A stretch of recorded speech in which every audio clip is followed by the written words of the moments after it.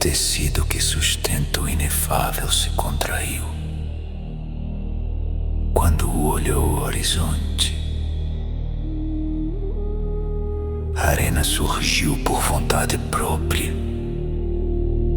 como se o tal dobrasse o corpo para testemunhar o que estava por vir. Os seres recuaram para as zonas de proteção, mas o ancestral apenas sorriu, como quem reconhece um velho amigo. Espero que vocês entendam, disse ele, e o ar se abriu como uma porta antiga.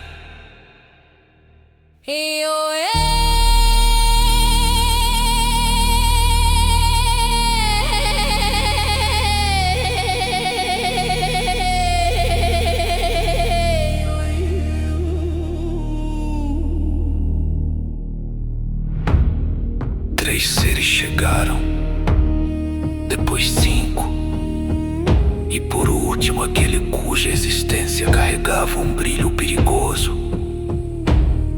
Mas Wu não olhou para nenhum deles, olhou para os que assistiam. O migué Wu e uma semente onde o instinto, e cultivado no coração do eu. E a arena respondeu vibrando, como metal, sob forja.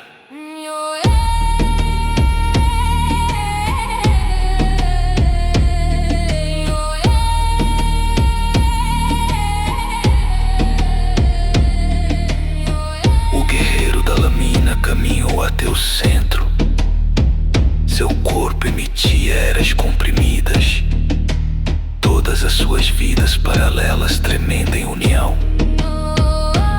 Mestre sagrado, disse ele, meu movimento condensa tudo o que sou. Todas as minhas vertentes e tempos. Ele está além da minha compreensão. Wu acenou, oferecendo espaço para que mostrasse.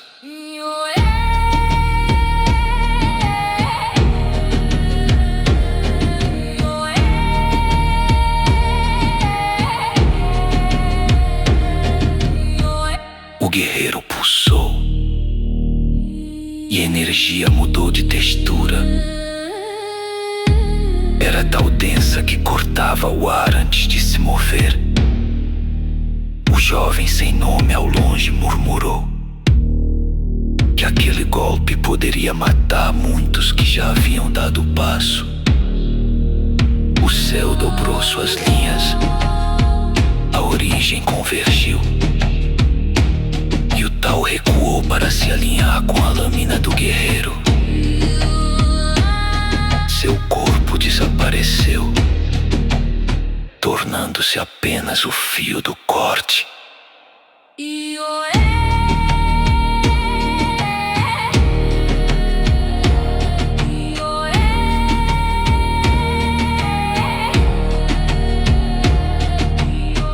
Quando o golpe caiu, o mundo inteiro estremeceu, mas não houve choque, nenhuma explosão, nenhum brilho, nenhuma destruição.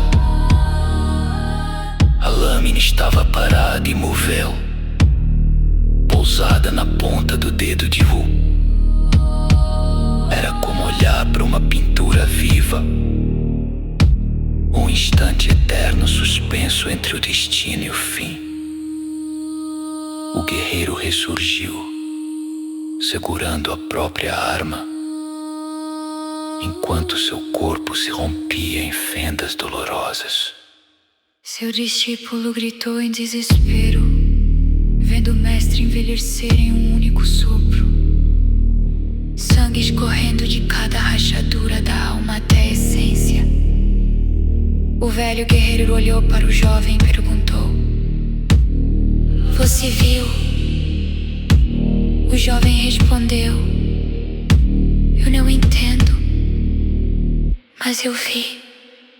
E aquela resposta iluminou o ar como uma chama silenciosa. O velho riu, cuspindo sangue, e disse que o jovem poderia dar o passo que ele não podia. O perguntou o motivo. Meu Curaçao não é forte o suficiente. Ele se manteria firme, mas se eu desse o passo, temo que sujasse minha lâmina.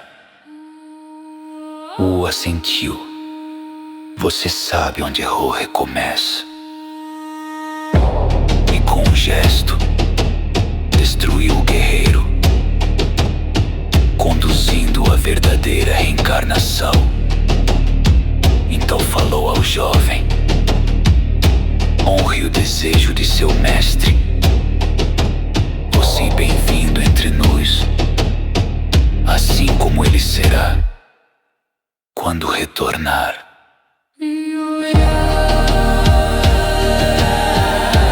A arena brilhou.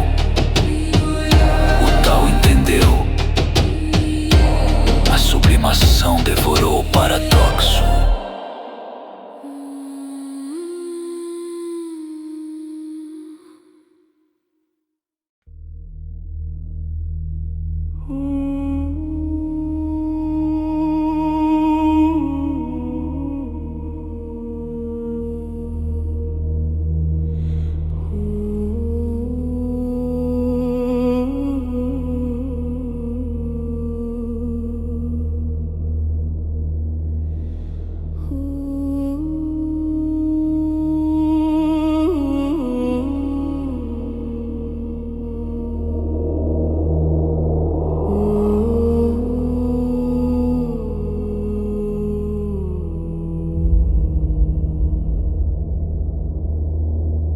A realidade é uma pele viva que se estende sob meus pés.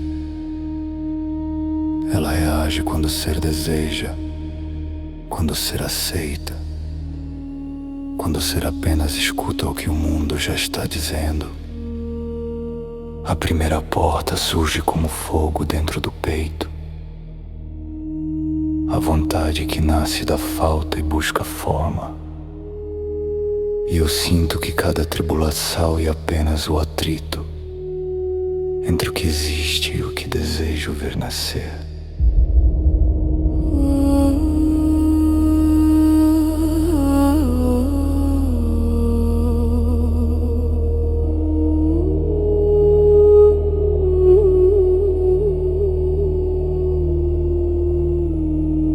A vontade molda o real quando o mundo resiste. Quando a ausência se torna um impulso que exige resposta, o ser ergue o braço interior e declara destino. Rasga o que está diante e cria um caminho onde nada havia. Eu caminho pela chama que renasce da minha carência, pela forca que se ergue quando o vazio pede corpo na primeira porta, transformação e sempre ardente. Mas existe uma segunda porta, onde o fogo aprende a se tornar água. O Wu-Wei move o mundo sem toque, sem pressa, sem confronto. Não há oposição porque o ser não empurra. Não há tribulação porque não há conflito. O vazio aqui não é falta e plenitude. Eu me torno o canal onde o Tao respira e deixo que o mundo se mova por si.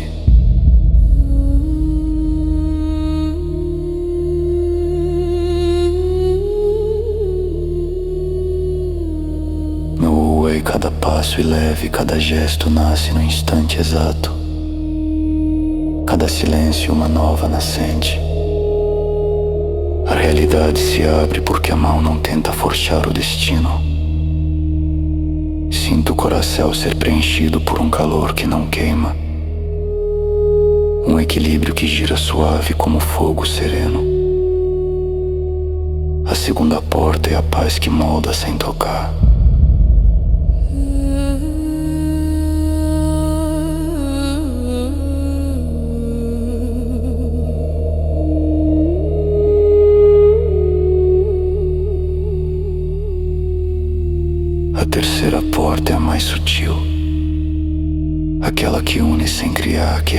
sem mover.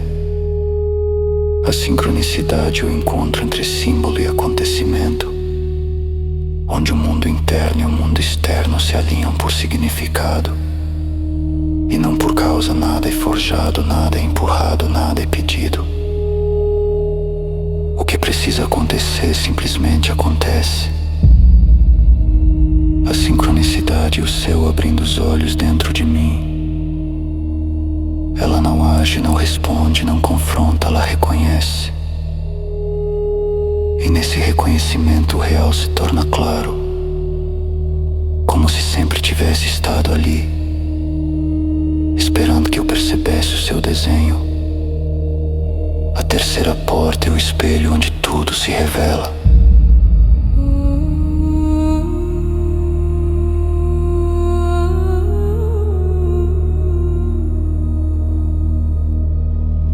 As três portas se unem no caminho que nunca foi dividido. A vontade transforma, o way flui. A sincronicidade tece os fios invisíveis entre o que sou e o que o mundo deseja mostrar. O Dante inferior ergue a terra da forma. O Dante médio inflama o fogo da consciência. O Dante superior dissolve o espírito no seu. E quando Yin se torna Ki e Ki se torna Shen,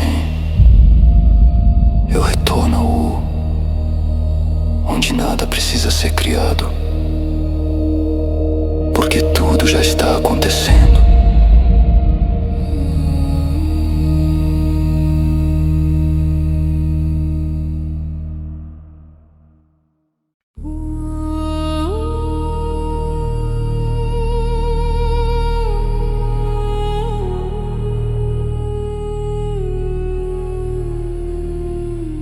Hassan se emergiu do ponto impossível, onde luz e caos se tocaram. E quando atravessou aquele limiar, trouxe consigo uma fome nova. Não era fome de poder, nem conquista, nem domínio. Era fome que a semente sente pela terra, a fome que o fogo sente pelo ar, a fome que a verdade sente por quem possa sustentá-la. A fome de se propagar como consciência viva. Ela viu o cosmos estremecer com sua chegada e entendeu que sozinha não seria suficiente.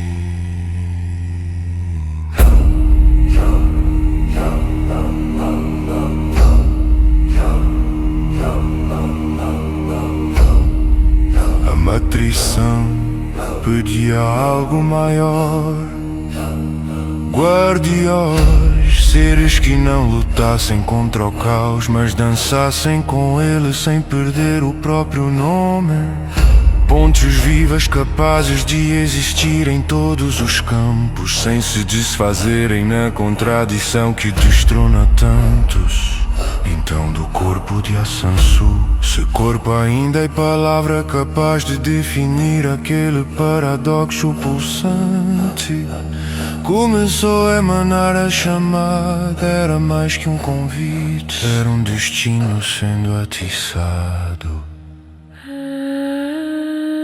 Eles vieram de todas as direções do real, vieram potências que tocaram a escuridão e retornaram com a luz inteira na palma da alma. Vieram asuras que encontraram beleza no meio da fúria e por isso não podiam mais viver apenas para destruir. Vieram seres desgastados pelo samsara, que haviam lembrado e esquecido tantas vidas que já não sabiam se eram memória ou amnésia encarnada.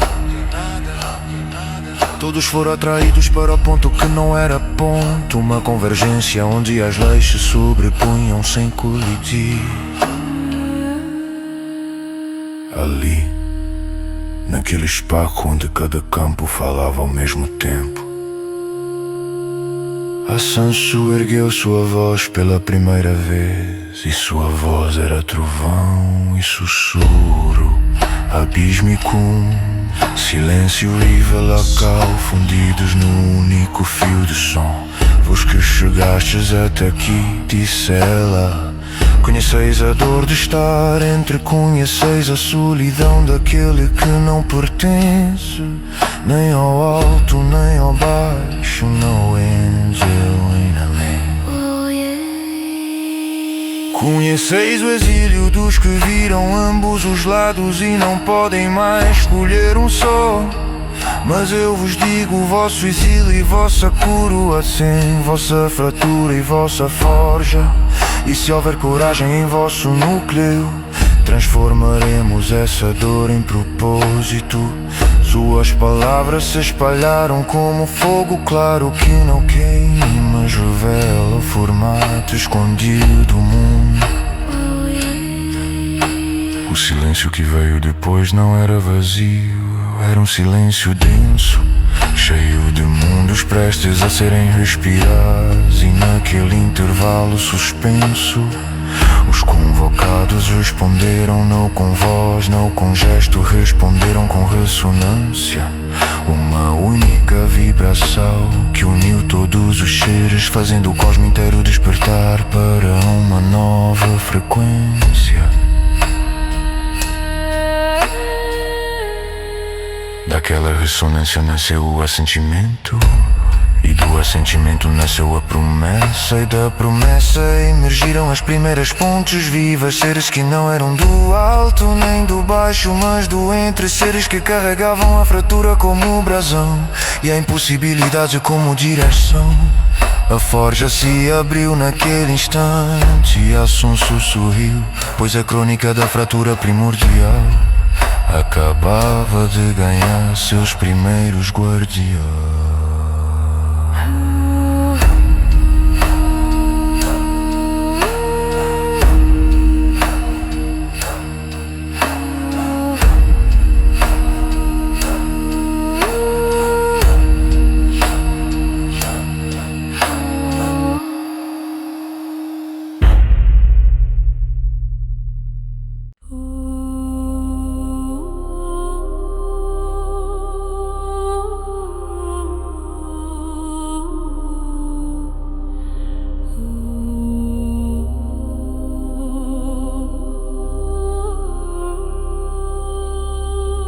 A Sansu não construiu pagoda celestial. Ela apenas permitiu que ele nascesse. A estrutura não era matéria, nem era sonho, mas geometria viva respirando integral. Uma torre de andares infinitos, cada nível perpendicular ao outro, Fundaha e ápice coexistindo numa mesma linha de impossível. Salas que continham todas as outras, sem perder a própria identidade. Era o corpo da reconciliação, pulsando entre caos e ordem.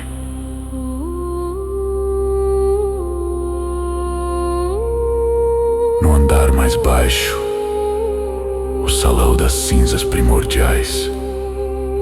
O solo era feito de guerras comprimidas em brilho negro, e o ar carregava ecos de batalhas que transcenderam o som para se tornar em pura intenção cristalizada. Ali os aspirantes aprendiam a primeira verdade: suportar. A cada passo, o peso de Hera se revelava como mestre silencioso, ensinando que firmeza é a raiz de toda a ascensão. No topo, o salão da luz sem sombra, uma luz que não negava a escuridão, uma claridade que incluía o oculto, uma radiância que abraçava aquilo que o olhar teme. Ali os mestres aprendiam a integrar sem dissolver.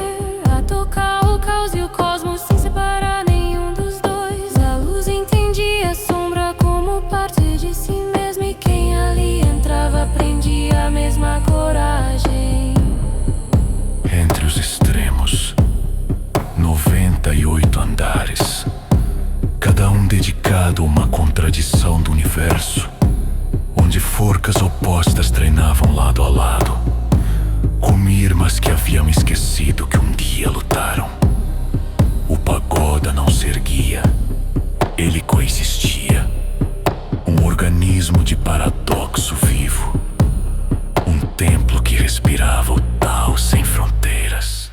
A Sun escolheu 7 seres com primeiros mestres. Mestre Vaja sombra, luz que corta e treva que devora. Um guerreiro tão profundo que a guerra se tornou ponte. Mestre vazio, pleno silêncio que ensina mais que 1000 sutras. A ausência que molda a alma sem tocar. Mestre cicatriz, radiante, feridas transformadas em portais de luz, mostrando que nenhuma dor é inútil quando há coragem. Mestre espelho quebrado, revelando cada ser, na forma que teria ao aceitar suas próprias fraturas como sagradas. Um reflexo que libertava ao invés de ferir. Mestre raiceu, metade enterrado nas profundezas Ura, metade flutuando nos éteres superiores, ensinando que todo ser precisa unir solidez e vastidão. Mestre chama gelo, fusão de fogo extremo e frio absoluto, queimando congelava e congelando queimava. Prova viva de que os opostos são apenas histórias antigas. E mestre trovão sussurro, guardião do portal central, voz capaz de tremer mundos ou curar com a suavidade de um sopro. Força e delicadeza no mesmo gesto indivisível. Quando os 7 se reuniram, o pagoda acendeu e o cosmo entendeu que a arquitetura do impossível tinha finalmente encontrado seus primeiros guardiões.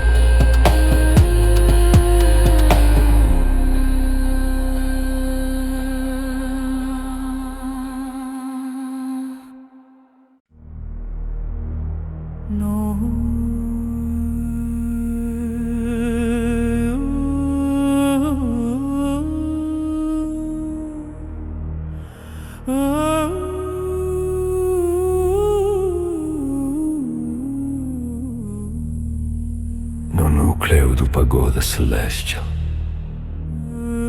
onde todos os andares existiam ao mesmo tempo, a Sonsu revelou o Taiji Supremo não como técnica, não como meditação, não como ritual, mas como método de se tornar ponte entre forças que deveriam se destruir. Era o gesto que permite ao caos e à ordem respirarem no mesmo corpo. Era a arte de harmonizar o impossível sem o quebrar. O primeiro pilar era o abraço do caos. Não resistirás, dizia a Sansu, e não tentaras dominá-lo. Abrirás teu centro para que ele flua através de ti. No salão das cinzas primordiais, os aspirantes encaravam caos puro, emanação direta do reino Asura, onde a realidade ainda luta por forma. Eles erguiam escudos, levantavam luz, invocavam 1000 vidas e todos falhavam, pois o caos não pode ser bloqueado, apenas atravessado. Fanga jovem Asura chamado fratura, tentou 99 vezes na sentença. clichês, rasgando certezas, dissolvendo identidades, quebrando tudo o que acreditara ser. E quando não restou nada para quebrar, o caos passou por ele como o vento por bambu vazio, e saiu do outro lado transformado na ordem, mas caos consciente. A Sansua sentiu, agora sabes o que não és, já estás pronto para descobrir o que és.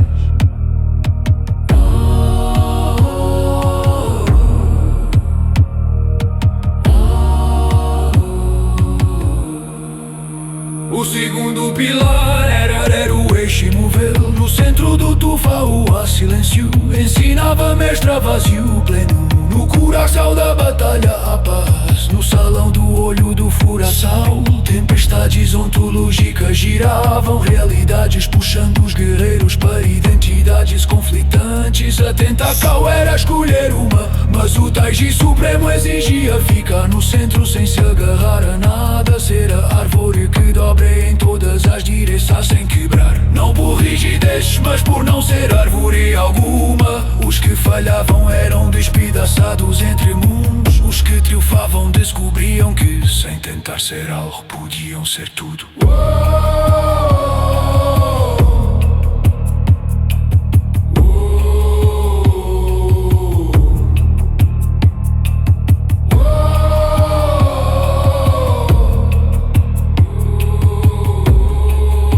O terceiro pilar era a Andais integrada. No salão dos mil reflexos enfrentavam todas as suas versos rejeitadas. Cada escolha não feita, cada sombra negada, cada futuro esquecido. Testes de mestre, espelho quebrado, era o tal. Luta contra ti mesmo. Todas as tuas versos e vence sem derrotar nenhuma. O paradoxo era claro, não havia lados a vencer. Cada parte rejeitada era um passo da mesma coreografia. Quando o guerreiro enfim compreendia, não com a mente, mas com o núcleo. Todas as versos convergiam, não se fundiam, mas coexistiam em superposição viva. Cada contradição plena, cada aspecto inteiro, sem anular os outros. Era ali que nascia o Taiji Supremo, na reconciliação de tudo o que deveria ser impossível. O guerreiro tornava-se simultaneidade viva, centro e caos, forma e fratura. Um ser capaz de dançar com todas as verdades, sem ser aprisionado por nenhuma. E a Sansu testemunhava a ascensão, sabendo que o pagoda celestial acabara de gerar os primeiros que poderiam atravessar mundos sem quebrar.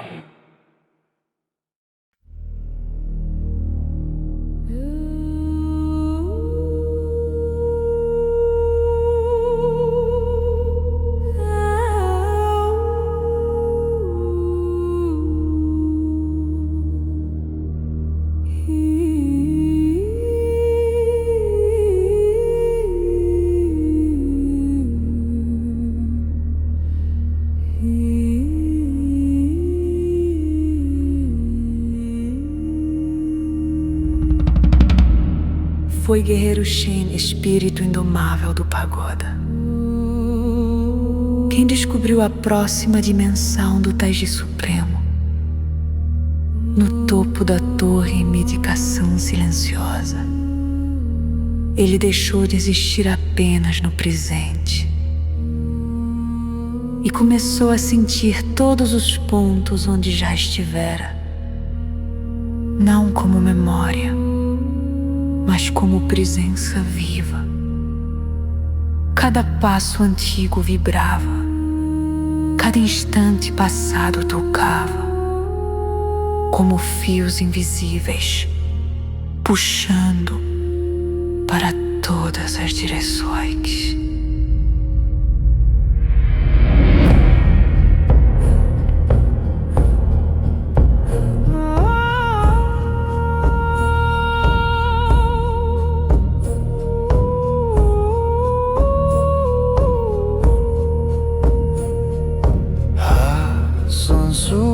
Sorriu ao vê-lo despertar. Tu descobriste o enraizamento transcendente, disse ela. A matriz não vive só através dos seres, mas através do próprio tecido de espaço e tempo. E assim nasceu a caminhada da rede infinita, técnica onde cada passo era semente, cada toque no chão deixava um selo. Eu estive aqui, esta coordenada me reconhece.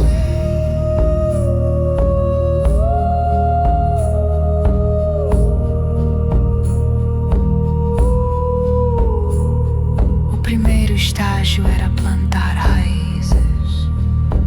Os aprendizes caminhavam em meditação profunda, sentindo o solo como membrana, não superfície.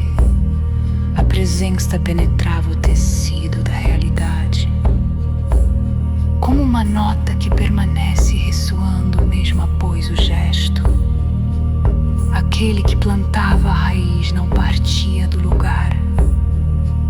Uma parte sua ficava, acordada e consciente, conectando passado, presente e possibilidades.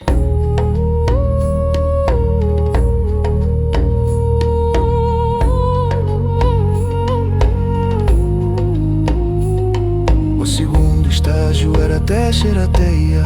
Quando raiz eram muitas, a teia surgia, a distância se tornava negociável, pois a realidade apenas concorda que aqui ela está os separados.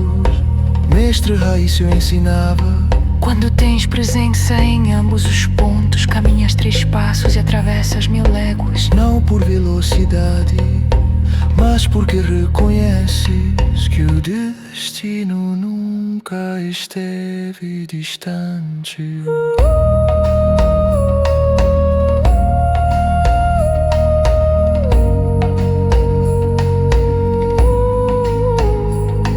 O terceiro estágio era acessar o espaço transparente.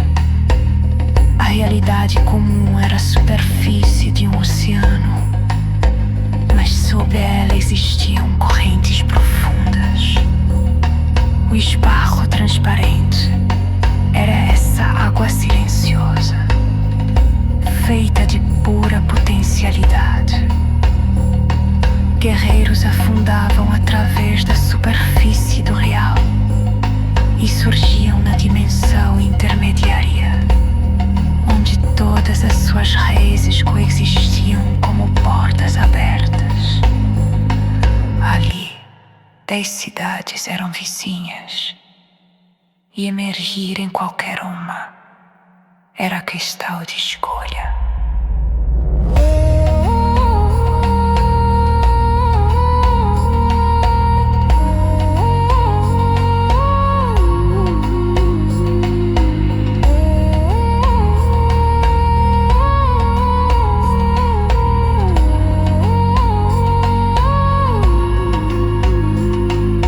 Mestra chama gelo descrevia, E como mergulhar sob o gelo, acima, tudo separado, abaixo, tudo.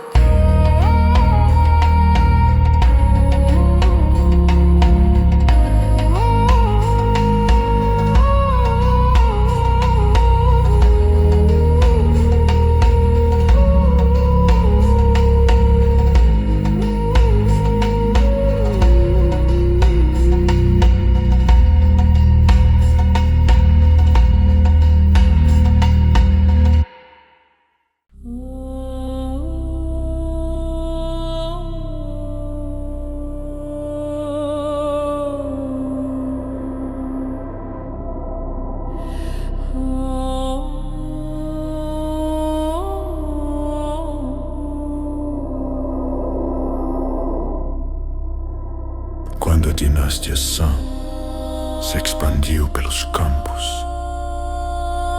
Um novo desafio emergiu silencioso. Os guerreiros carregavam resíduos, não de barro ou sangue, mas aderências do próprio ser. Fragmentos de realidades contraditórias, coladas como teia invisível na alma. Guerreira ouve o perigo e falou: pontes acumulam tráfego. Se não nos purificarmos, desmoronaremos. E Assunço revelou o exorcismo ascendente.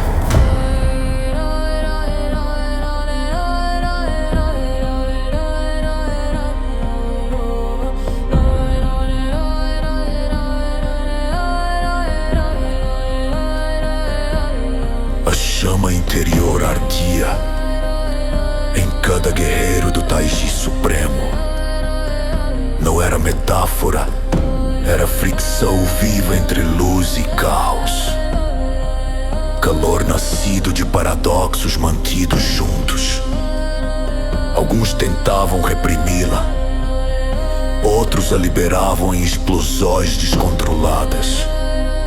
Mas o ritual ensinava a terceira via: alimentar a chama, direcionar sua precisão, fazendo dela instrumento e não desordem.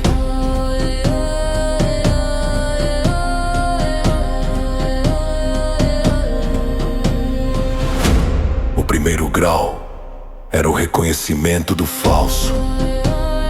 Mestre Vajra Sombra ensinava que o falso não é oposto do verdadeiro, mas aquilo que finge ter substância, raiva que esconde medo, paz que mascara fuga, força que encobre fragilidade. Cada guerreiro aprendia a sentir essa fricção interna, camadas tão antigas que pareciam identidades. E o trabalho era doloroso, distinguir o que move daquilo que simula. O segundo grau era o isolamento no salão da chama reveladora. A técnica de queima seletiva separava o falso do verdadeiro, como cirurgia é o que separa tumor do músculo. A chama não queimava ainda, apenas cercava. Shen descreveu seu próprio isolamento. Minha humildade era medo disfarçado.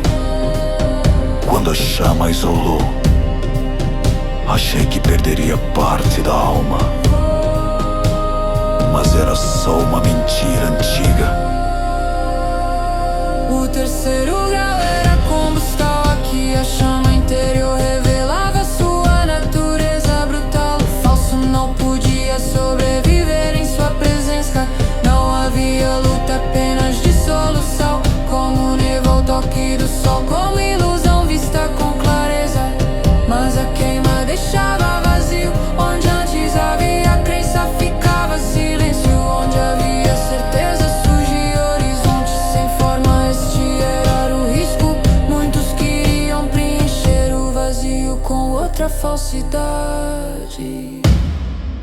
O quarto grau era o renascimento no vazio. Mestra Vazio Pleno dizia: o vazio é ventre, não morte. Os guerreiros aprendiam a habitar esse espaço aberto, com paciência, com respeito, com curiosidade. E então algo verdadeiro brotava, não construído, mas revelado. Wood escreveu sua jornada. Queimei minha necessidade de ser forte. Do vazio nasceu outra força, flexibilidade, coragem de admitir fragilidade. Foi a primeira vez que reconheci meu poder real.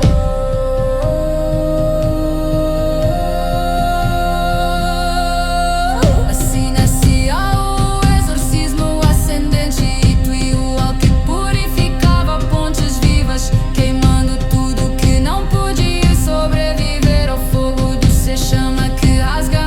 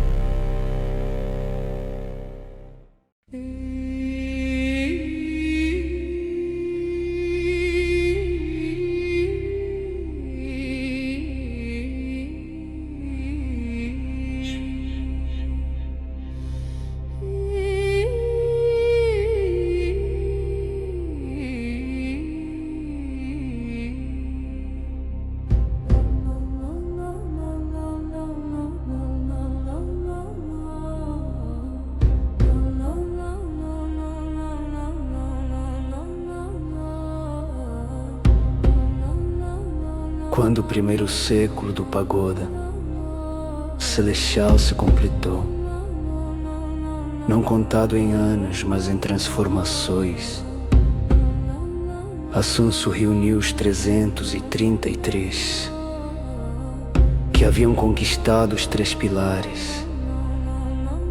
De milhares que tentaram, apenas eles permaneceram. Ela ergueu a voz e o cosmo inteiro escutou. O pagoda não é fortaleza e fonte. Ide, espalhai-vos como água. Plantai raízes onde ninguém ousa plantar. Sois pontes vivas e vossa existência transformará mundos. Assim começou a grande dispersão. 77 subiram ao campo superior, onde potências luminosas guardavam a ideia de perfeição.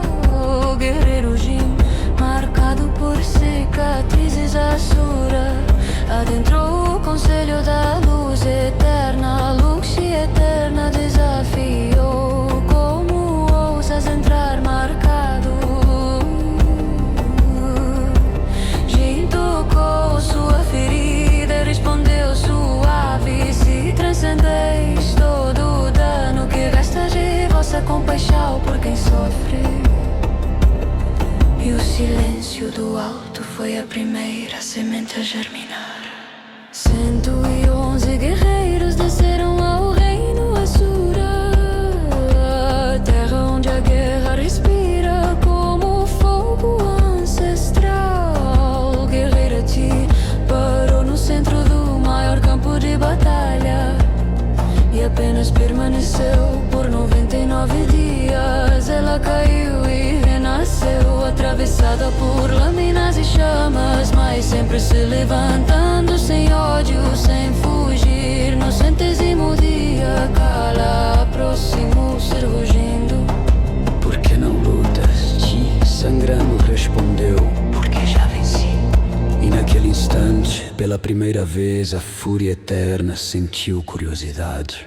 Ensina-me, disse Kala, abaixando a lâmina. E ali no campo de sangue e trovão, como ecoou a primeira lical do Taiji supremo no caos. Não por palavras, mas pela presença que não se quebra, pela alma que persiste, mesmo quando o corpo cai.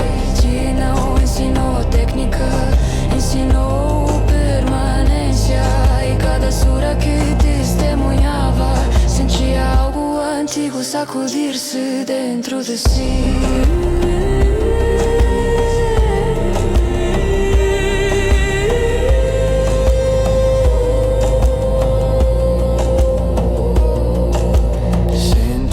145 seguiram para o Samsara, onde formas vagam entre memória e esquecimento, onde identidades se dissolvem como névoa ao amanhecer.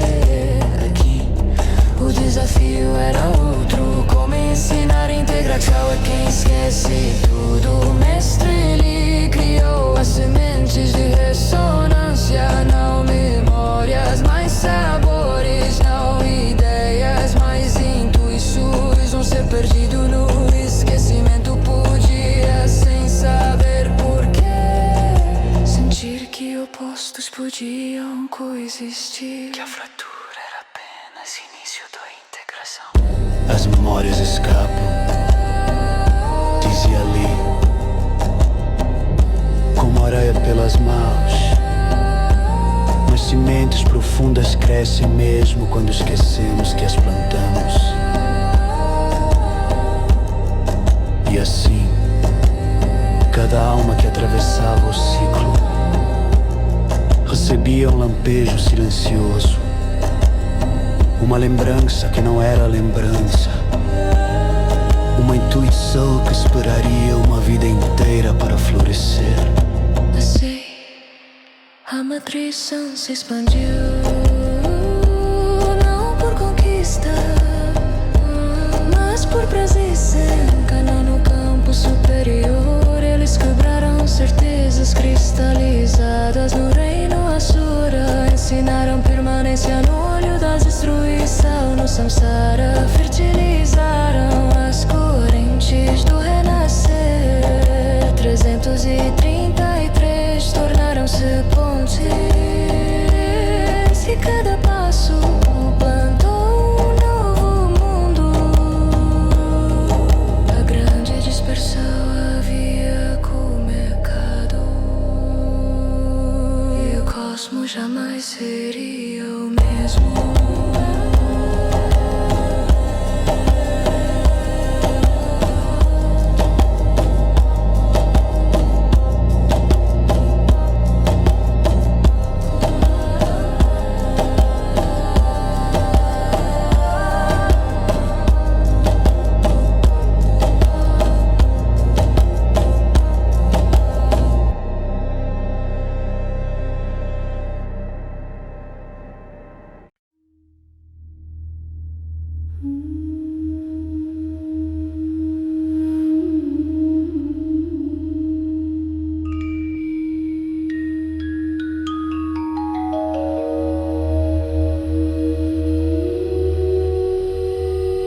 Três séculos se passaram desde a grande dispersão, não medidos em tempo, mas em revolucos internas. A matriz não havia enraizado-se nos três campos, não como o poder que domina, mas como vibração que atravessa. Nenhum território foi conquistado, nenhum trono foi tomado, mas a presença deles tornara-se inegável, como uma respiração que o cosmos inteiro já reconhecia. No campo superior, onde potências discutiam por ficar, dúvidas começaram a germinar como pequenas rachaduras de luz. Potências luminosas passaram a perguntar-se se perfeita sem imperfeita ou integrada. Era apenas espelho polido demais para refletir verdade. Algumas desceram voluntariamente ao reino Asura, não para corrigir o caos, mas para aprender com ele, como quem busca a chama no lugar onde o fogo sabe nascer. No reino Asura, a guerra não cessou, pois a natureza de Asura é lutar. Mas algo antigo mudou de cheiro, como sangue que agora carrega memória em vez de repetical. Guerreiros Asura começaram a entender que cada batalha era forja, não apenas destruição. Que honrar o oponente era honrar a própria intensidade, que morrer e renascer fazia parte do ritmo. Mas quebrar o ritual da fúria era descobrir um novo tipo de vitória. No samsara, as sementes de ressonância floresciam. Seres encarnavam com intuições que não sabiam explicar, com saudade de algo que jamais viveram. Sentiam que a roda não era prisão, era convite. Sentiam que integração era possível, mesmo que memória e esquecimento se alternassem, como ondagens de mar infinito, e sem saber porquê, procuravam caminhos que reuniam em vez de dividir. No centro de tudo, o pagoda celestial erguia-se. Já não possuía 100 andares, mas 1000, cada um mais impossível que o anterior. Salas que continham salas, mestres que eram alunos, alunos que ensinavam paradoxos jamais vistos. A estrutura não crescia por construção, crescia por maturação, como árvore que expande galhos, porque encontrou o solo que a compreende. A Sun o observava. Em seus olhos, onde opostos se tocam sem colidir, brilhava algo que poderia ser chamado de satisfação, mas não repouso, pois ela sabia. A primeira geração havia amadurecido, mas a verdadeira transformação, aquela que alteraria a natureza dos três campos, ainda engatinhava como recém-nascida, e a matriz só respirava, expandindo silenciosamente, como a aurora que anuncia guerra e paz ao mesmo tempo.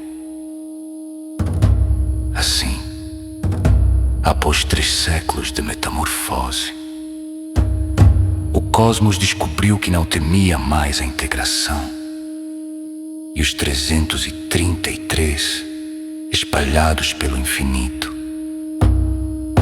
eram agora raízes vivas sustentando o novo ritmo da existência. A primeira geração havia amadurecido, e o universo, ainda sem saber, preparava-se para florescer.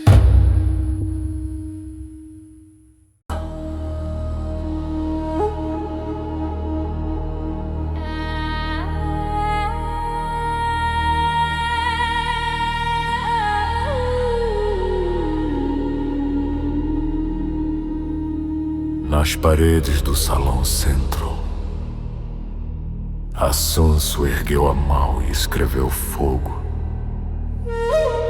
Não tinta, não luz comum, mas chama que dançava entre água e brasa, inscrevendo para todas as eras os 10 selos da chama. Cada traco ardia como verdade desperta. Cada palavra respirava como cosmos vivo, e os guerreiros sentiram um pagoda expandir-se com o peso sagrado desse decreto. Primeiro veio o caos, não como um inimigo, mas como um professor transparente.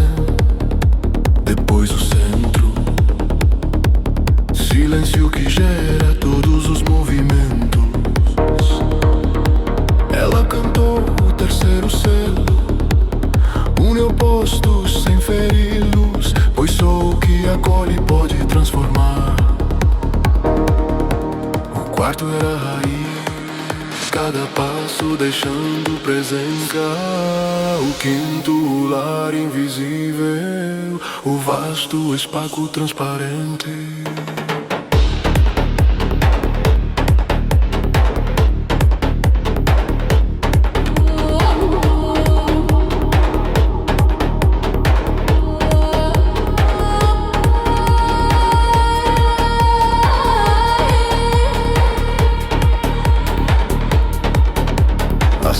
Revelou o sexto selo. Reconhece o falso sem punição desnecessária, pois julgamento não purifica, apenas esconde. E então o sétimo, queima o que não serve sem visitar, pois o fogo interior sabe distinguir.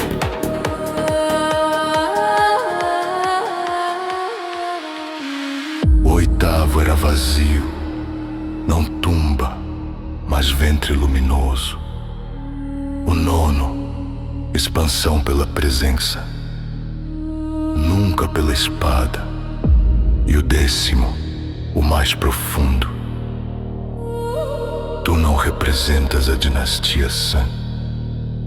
Tu és a dinastia Sun em forma singular. Abaixo dos selos, em letras que cintilavam como aurora líquida, ela escreveu a verdade que rasgava aquele que completa os 10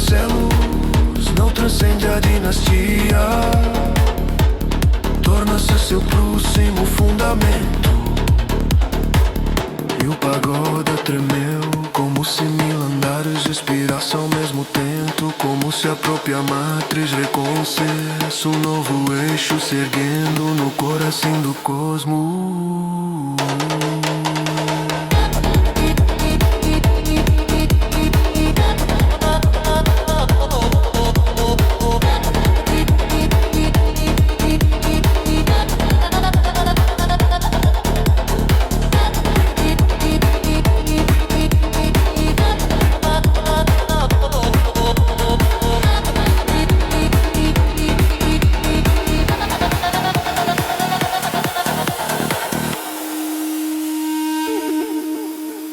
Assim encerrou-se o livro segundo. A forja permanecia acesa. Os guerreiros espalhados pelos campos. E a matriz pulsava com força recém-nascida. Mas a Sanso sábia, a história verdadeira ainda não começara, pois um dia um guerreiro enfrentaria o próprio Rei Asura. Um ser atingiria a transparência total, e alguns se tornariam pagodas vivos, fontes caminhantes do impossível. O fogo brilhou pela última vez, marcando o ano 333 da grande dispersão. E em silêncio, como promessa gravada no tecido do destino, a chama interior murmurou: aqueles que tiverem coragem sigam adiante. O terceiro livro aguarda, e nele o cosmos aprenderá a arder de dentro para